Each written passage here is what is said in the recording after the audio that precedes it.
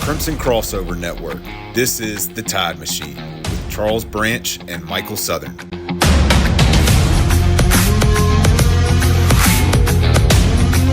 Welcome back to The Tide Machine. I am Charles Branch, joined by Michael Southern. Alabama was a little bit of an ugly win against LSU this past weekend at Nick Saban Field at Bryant-Denny Stadium, but Alabama is victorious with a 20-9 victory and continuing their march into their first college football playoff with the 12-man field. Michael, what were your thoughts just quickly recapping Alabama versus LSU on Saturday night?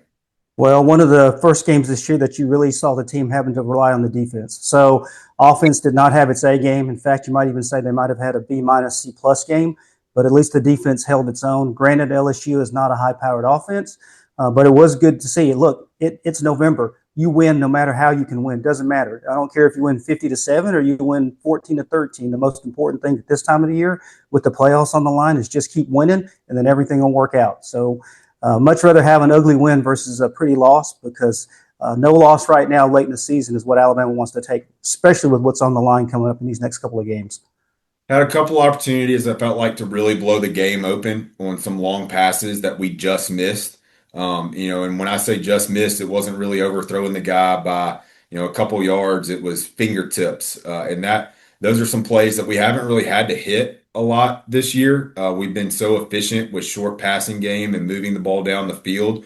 Maybe teams are starting to crowd more in the box and trying to take that away from us and see if they can get more pressure on Ty and create some negative plays with sacks, or like they did Saturday night, getting a fumble or something like that. But really had a chance a couple times, just didn't go our way. On the broadcast, I was a little surprised they didn't make it more of a big deal, as far as this was the first game for Alabama and LSU on Nick Saban Field. Thought there might be a little bit more play up of that two teams he used to coach were finally playing on his own field. And definitely nice that Alabama starts out 1-0 on Nick Saban Field against his former team at LSU. Well, probably had too many message boards and LSU people still hoping that Saban's going to come back and coach the team at least for the next 3 to 5 years. So we'll see. We'll see if that works. I'm sure Matt Moscona would like that, but hopefully that will be the case. Yeah, hopefully 2 years from now when they do come back, and I may have my scheduling mixed up, but whenever LSU does come back to Tuscaloosa, that it's not Alabama and LSU on Nick Saban Field with Nick Saban back as the LSU coach. I don't think that's likely, but yes, please no. I think as much of a coach he is, he's having too much fun on College Game Day, really getting to coach everybody and getting to watch as much film that he likes to do. I bet he is missing the recruiting side and the relationships and things like that he was so successful in building. But I got to think he's having a good time being able to travel the country and getting to interact with a lot of coaches and a lot of players, and, continuing to teach them how to add value as well. Because I do feel like, one of the things Coach Saban has done a lot since he retired is get kind of on the speaking circuit and try to teach people and share with people, how to add value in the process and different things like that. And if he's only doing that at one school, he can't do it for everybody else. So I'm just trying to throw more things out there just to make sure that he knows that he's doing what he needs to do and being on College Game Day and not needing to lead another college program right now. Keep all Alabama fans off the ledge. That would be the last thing that you want to see happen right now. So I agree with you on that one. He seems to be having a really good time, and he's doing an excellent job on College Game Day. I think the ratings are up. He adds a lot to that. Look, at first it was a little awkward with him and McAfee, but they seem to have a nice rapport and chemistry, and it actually makes for pretty good television. It's pretty funny to see those two interact with each other. Well, interesting enough, talking about College Game Day, I thought there was a chance that College Game Day would come to Alabama, Oklahoma this week, but of course they've already been to Tuscaloosa for the Vanderbilt game and have had some other things coming up. But as we start talking about Alabama and Oklahoma, this has been a series that has not been very successful for Alabama. Only 2 wins, 4 losses, and 1 tie between Alabama and Oklahoma. But as far as looking back at games and looking back at moments, we're going to start with the 2002 Alabama-Oklahoma game that was in Norman. But before I get off College Game Day, in 2003, when Oklahoma made the return trip to Tuscaloosa, that was a College Game Day game on the Quad. And one thing I remember from that is Lee Corso from start to finish was teasing major upset, and then he throws the Boomer Schooner small hat on his head at the end of the day. But going back to the 2002 game when Alabama and Oklahoma put together a home and home series in Norman, I what I remember from that game, and we'll dive into the game a little bit. It was a game that Alabama lost 37-27, but with where that Alabama program was, and it was Dennis Franchioni's second year at Alabama, and how they competed, how they got back into the game, how they had a lead late against an Oklahoma team that was a national power at that time, had recently won a national championship.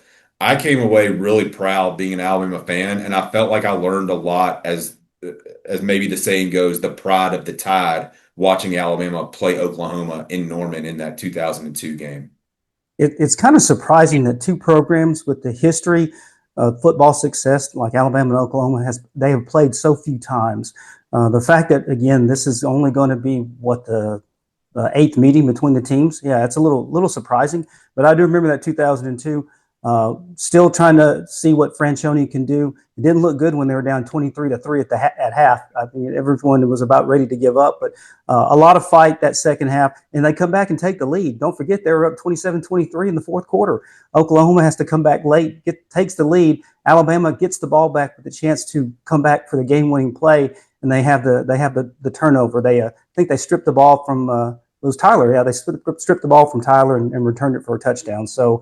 A lot of fight from that team. Look, I really appreciate what that 2002 team did under Franchione. That was a blue collar. We talk about blue collar. That was a blue collar team. They worked. They were consistent. I mean, they lost to Oklahoma. They lost to Georgia. I think they were good all the way up until Franchione decided he wanted to go to Texas A&M, and then the bottom kind of fell out. But up until the very end, I thought that 2002 team showed a lot of fight, and I really appreciated the job that Franchione. You had Torbush as the defensive coordinator. I thought that whole staff did a really good job up until Franchione decided he wanted to head out of town. It was a wild game with some really crazy plays in it. If you remember, we kicked off to start the game, but we had an onside kick that Lane Bearden recovered that we eventually turned to 3 points to start the game. And as you mentioned, Oklahoma by halftime was up 23-3. But we continued to compete. We blocked a punt for a touchdown. I think we started the second half with an offensive drive for a touchdown as well. I think we didn't necessarily have an onside kick, but we had a pooch kick on a kickoff that the Oklahoma player dropped, and we recovered as well. And as you mentioned, we took the lead late in the fourth quarter on a fake field goal. That's right. We were up. I believe it would have been set. It was 23-17. We fake it. Lane Beard runs it in for a touchdown. We get the extra point. We get the ball back as well and added another field goal to make it 27-23. And then, of course, Ronaldo Workman and the shovel pass has haunted me for years. And of course, Oklahoma's team last year, as well as Vanderbilt last year, decided that they wanted to scar us again with successfully running the shovel pass on us multiple times in Alabama losses. But another thing I remember from that game, it was on ABC, and Jack Arute, if you remember him as the longtime sideline reporter for a lot of ABC's major games, talked about that game where typically for a big game at Oklahoma, they might get, 30 to 40 RVs in the parking lot for games against Nebraska when Oklahoma was still in the Big 12. They might get 40, 50 RVs. They estimated for that Alabama game that 60 to 80 Alabama RVs made their way into Norman, Oklahoma for that game. And it kind of just continued to reiterate for me as a young fan just the pride of the Tide because we were unranked. We were not going to go to a bowl game that year because we were on NCAA sanctions. We were dealing with all that. Yet, as we all know, Alabama fans love their team so much that they're going to support them no matter what. And in a game where Oklahoma, I know they were at least a top five team. They may have been number two at the country at that time. In a game that not many media people would have given Alabama a chance, and for rightly so. but Alabama people were going to make the investment to come up to Norman and support their team, regardless if we had a chance or not in the game. Well, that's a common theme no matter what, even the highs and lows, especially during the period post Gene Stallings. I mean, you've got a fan base that always they're going to travel no matter what. And there were some bad seasons there. Let's not lie. There were some bad seasons, but you still always have the people that are going to support the team. They're going to travel. And yeah, I remember them talking about how many RVs that and came in early, came in on Thursday. They were coming in on Thursday to Norman, Oklahoma. They weren't used to seeing that many out of town fans come in that massive a number. So that was good to hear, good to see. And again, that's Alabama football. I mean, that's the culture. That's why it means so much. If it didn't mean anything, people wouldn't go to the games. People wouldn't travel. People wouldn't go to the bowl games. They wouldn't go to California. They wouldn't go to all these different places. They wouldn't be there for the team. That's how special this program is to the people in the state, how much they love it, and what the pride means to them for this university. It's 133 years of football. I mean, as we record this, today is the anniversary of the very first game that Alabama played way back in 1892. So there's 133 years of this history for people that have wrapped their arms around this and embraced it and passed it on from generation to generation. And that pride showed itself again in that 2003 game in Tuscaloosa. That was Mike Shula's first year at Alabama. It was not Mike Shula's first game. I believe his first game was in Legion Field against South Florida. So this would have been his first game in Bryant-Denny Stadium as the Alabama head coach. Oklahoma was number one in the country. And again, a game that Alabama really never should have been in. Oklahoma was so much more talented. When Alabama got the ball to start the game, and very first play was a Brodie Croyle pass that was intercepted by Oklahoma. They only got 3 points out of it, but it was a real slugfest. The offense couldn't really do a whole lot for Alabama throughout the game. And Alabama would end up losing 20-13. But had Oklahoma on the ropes at one point, 13-10, I think it was midway through the third quarter. We had hit Drake Fulgham for a deep pass on that drive in the third quarter, and eventually Brodie Croyle would hit Triandos Luke over the middle for the touchdown. Had Oklahoma on a 3-and-out, and Oklahoma was set to punt. They ran a fake punt that was successful, got them all the way out to the 50-yard line. And in the very next play, Jason White, the quarterback for Oklahoma, who would eventually win the Heisman Trophy that year, hit I think it was Reynolds down the sidelines for a 46-yard touchdown pass, made it 20-10. We would kick a field goal late in the fourth quarter and try an onside kick, unable to get it. But another game that, as a young Alabama fan, even though it was a loss, and I don't like metaphorical wins or anything like that, but you just came away really proud of being an Alabama fan and what that team represented in a game like that on a national stage when Alabama really hadn't been on the national stage in a long time. And when they were on the national stage, it was for negative news like NCAA investigations and sanctions and probations. So while I was covering the game for the Tuscaloosa News, I was in the press box. There were two pivotal moments. You've already recapped them, but we talk about seminal moments at Bryant-Denny Stadium. How loud was it? Do you remember it?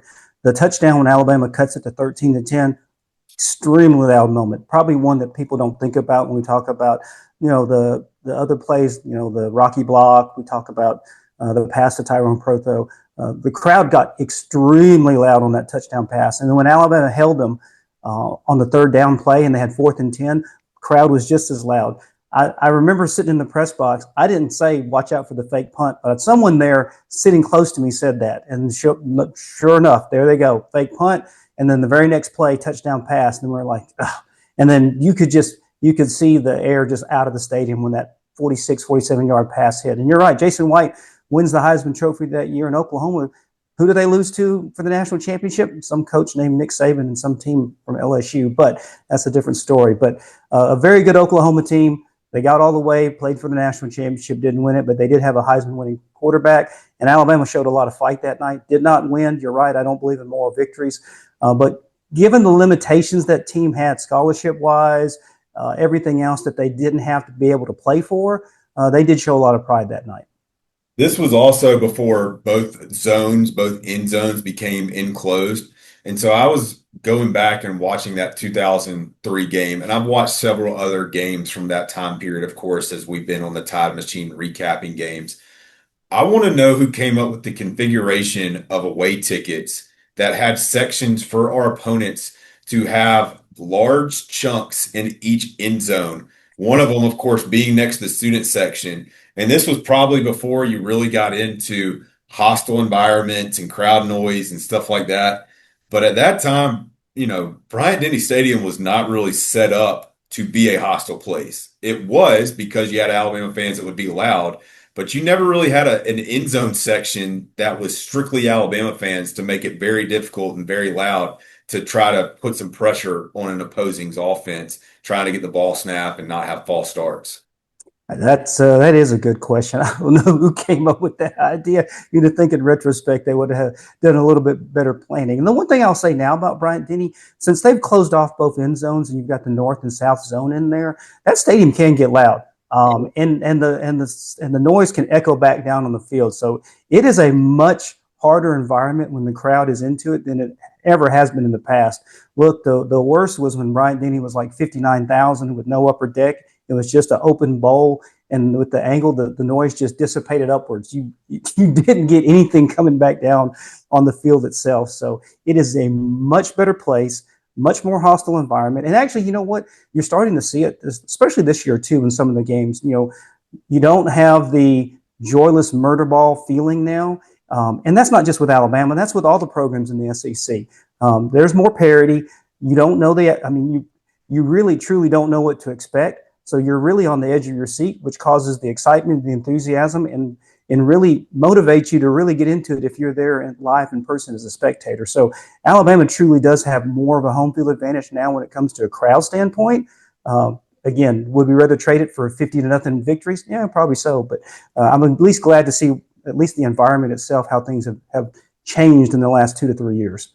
If I had to guess between that game in 2003 and the game that will take place this Saturday, 2:30 ABC at Bryant-Denny Stadium, there's now at least 20,000 more seats in Bryant-Denny Stadium than there was in 2003.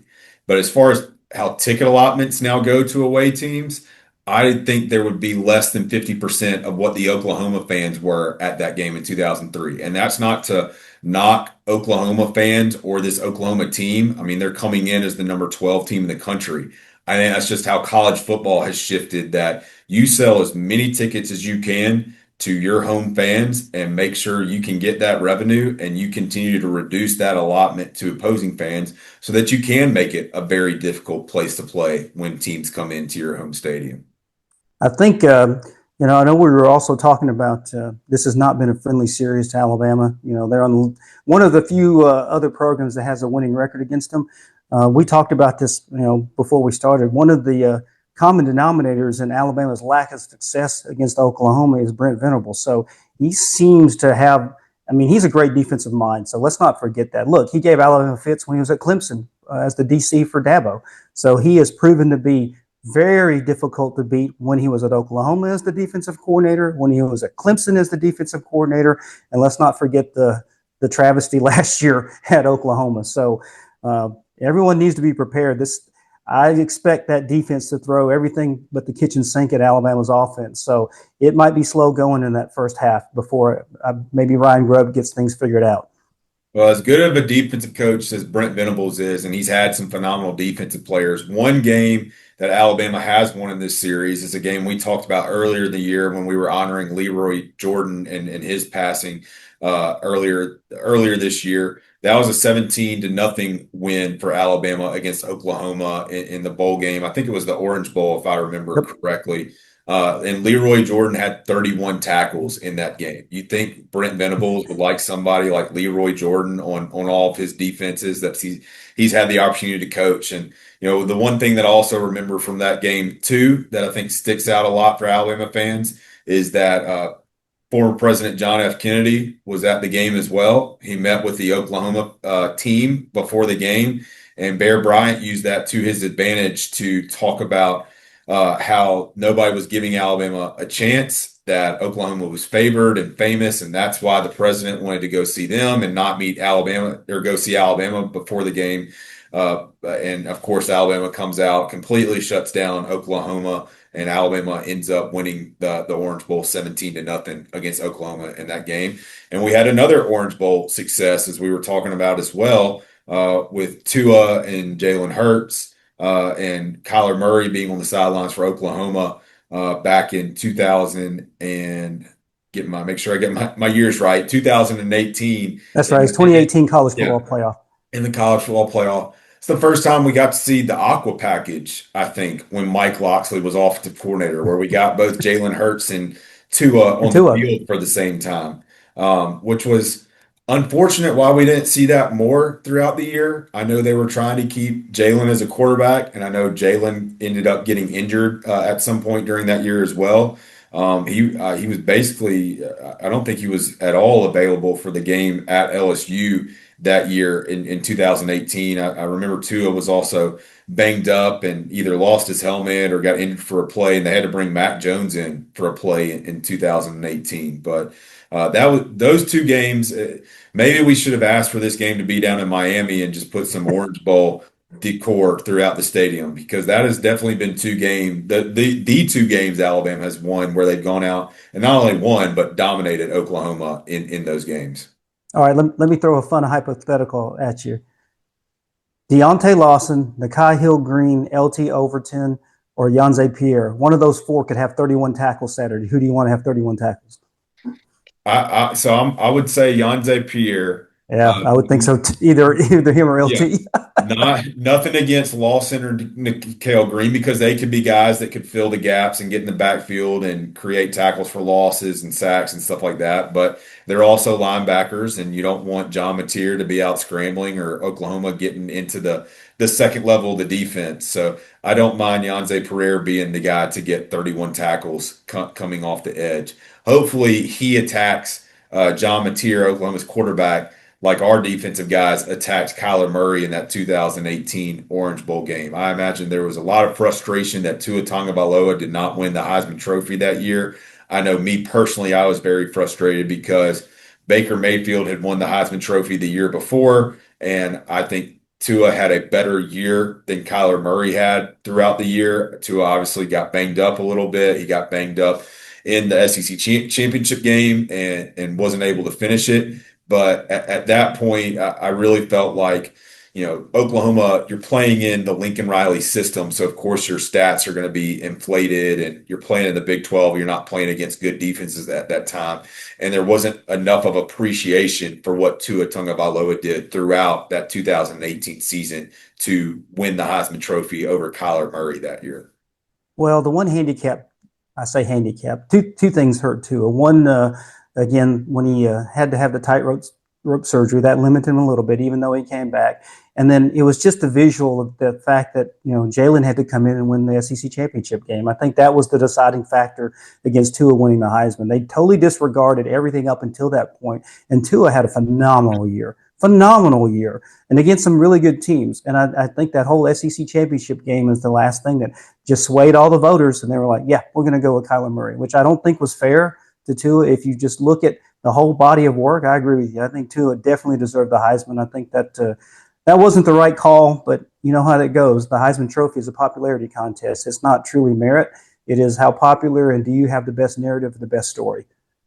Well, I'm very excited for this game Saturday. Obviously, a lot on the line for Alabama. I believe that if Alabama wins this game and Georgia beats Texas, then Alabama will be solidified for the SEC championship game based on how tiebreakers could go if games at the end of the year don't go the way we want them to. So, an opportunity to secure a spot in the SEC championship game, which would ultimately secure your spot in the college football playoff as well. And it's time to repay Oklahoma for a couple of these losses that they have had in the series and start turning the tide to where this is another Alabama football series where Alabama does lead the overall series and wins compared to losses against that particular opponent. As we start looking towards this Saturday, what are your thoughts about the game for Alabama trying to attack Oklahoma? I'm not going to say Alabama needs to find a running game. That ship has passed. So they're going to have to keep relying on the short passing game to control the clock, and they're going to have to hit some of those deep balls. That Venables defense is going to just try to be an umbrella and just collapse on you. So we'll see how it goes. The Alabama defense, they just need to keep playing the way they have. I actually have liked the development of the defense in the last couple of games. So don't give up any big plays to these guys. Make them earn it. Do the bend but don't break, and I think Alabama will be fine. A lot riding on it, though. I mean, this is a huge game. You're right. They win this game, I think they pretty much can lock up their trip to Atlanta, and I think they're fine for the college football playoff regardless of what happens. And I don't even want to talk about the other school traveling over to that place for a couple of weeks. But again, take care of business this Saturday. That's the most important thing that you can think of. That's what you need to do. Take care of that, and then worry about something else next week. Well, I know Ryan Grubb said in his press conference this week that they would probably be changing all the signals just to make sure that Brent Venables didn't steal them. I actually have some thoughts about the running game coming into this week, but I don't want to share those because I don't want Brent Venables to steal those either. So I'll keep those to myself, and maybe it's something that is played out on the field, and we get to recap it next week when we get to talk about Eastern Illinois, which will be the first time Alabama has ever played Eastern Illinois. But stick with us. We will have some things definitely to talk about next week, as it will be senior day at Alabama, the last game in Bryant-Denny Stadium, at least for the regular season. There may be another home game as it relates to the college football playoff. We will see how things shake out. But again, an exciting time for Alabama football. You just got to be really, when we started off talking about this Oklahoma-Alabama series, the pride of the Tide. I think this is another team that you have to be really proud of, how they have responded to adversity and how they have continued to fight for Alabama and the position they have put themselves in now, where there were a lot of teams like LSU who came in at Tuscaloosa last week that had strong starts to the year and now have already fired their coach and are moving on to new things because they weren't able to sustain it and to handle adversity. This is like you said, this is a very likable Alabama team. When you look at teams of the past, this is a very blue-collar team. This is a resilient team. So you've come this far. Don't let up now. You only got 3 more games to go, but go ahead and keep doing what you've done, and then history will write itself for you. Yep. 2:30 Central Time, Alabama versus Oklahoma. We get Sean McDonough and Greg McElroy on the call. Of the 3 broadcast groups, I like Sean McDonough a lot, and I like Greg McElroy a lot. They're probably Herb Street and Fowler are a close second behind them. Of course, my feelings about the 3rd group, but glad to be able to have a strong play-by-play and color commentary team to talk about this game as well as we watch it on Saturday. We got a ton of things going on at Crimson Crossover right now. Obviously, basketball has started. We just finished recording Crimson Crossover. No, Michael, you're about to record the Blue Collar podcast. Yep. I've also finished Crimson Crossover Cross Court yesterday. Alabama will be taking on Purdue, which this will come out after that game, but we will obviously continue to have more content on Alabama basketball throughout the year. So for our listeners that are liking both football and the basketball side, stick with us. Make sure that you are subscribing to Crimson Crossover, whether it's on YouTube, Apple, or Spotify. We are going to continue to be rolling out the content. You still got the M3 show that's talking about football with Matthew, Mac, and Josh, and they're doing a great job bringing in former Alabama players to talk about some of the Saban era, since Josh and Mac both played for Nick Saban while they were at Alabama. And we've also got golf adjacent with Cannon Claycomb and Christian Sykes as Cannon continues to work on his qualifying and get on the DPT World Tour. And only a few months from now, but it'll be baseball season as well, and the Weekly Joe will be kicked back up. So if you're looking for news about Alabama athletics, Crimson Crossover is the place to be. Make sure you're subscribing or following on X as well, all of our different handles. So, Michael, we've talked about it, but any last words before we sign off? No, just let's take care of business against Oklahoma. That'll be the most important thing. I like it. We appreciate everybody listening. Everybody have a great weekend, and roll Tide. Roll Tide.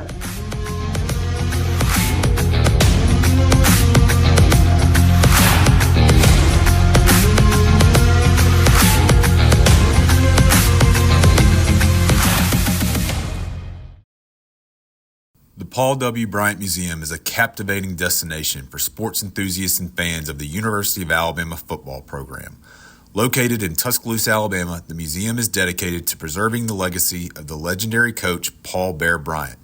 The Paul W. Bryant Museum showcases a remarkable collection of memorabilia, including trophies, photographs, and artifacts that span Bryant's career and the rich history of Alabama football. Visitors can explore interactive exhibits and learn about the team's storied past, making the Paul W. Bryant Museum a must-visit for any football aficionado. Fans can also experience exhibits highlighting success of both the Alabama men's basketball and women's softball programs. Open Tuesday through Sunday. Plan your visit today and experience the rich tradition of Alabama athletics. Roll Tide.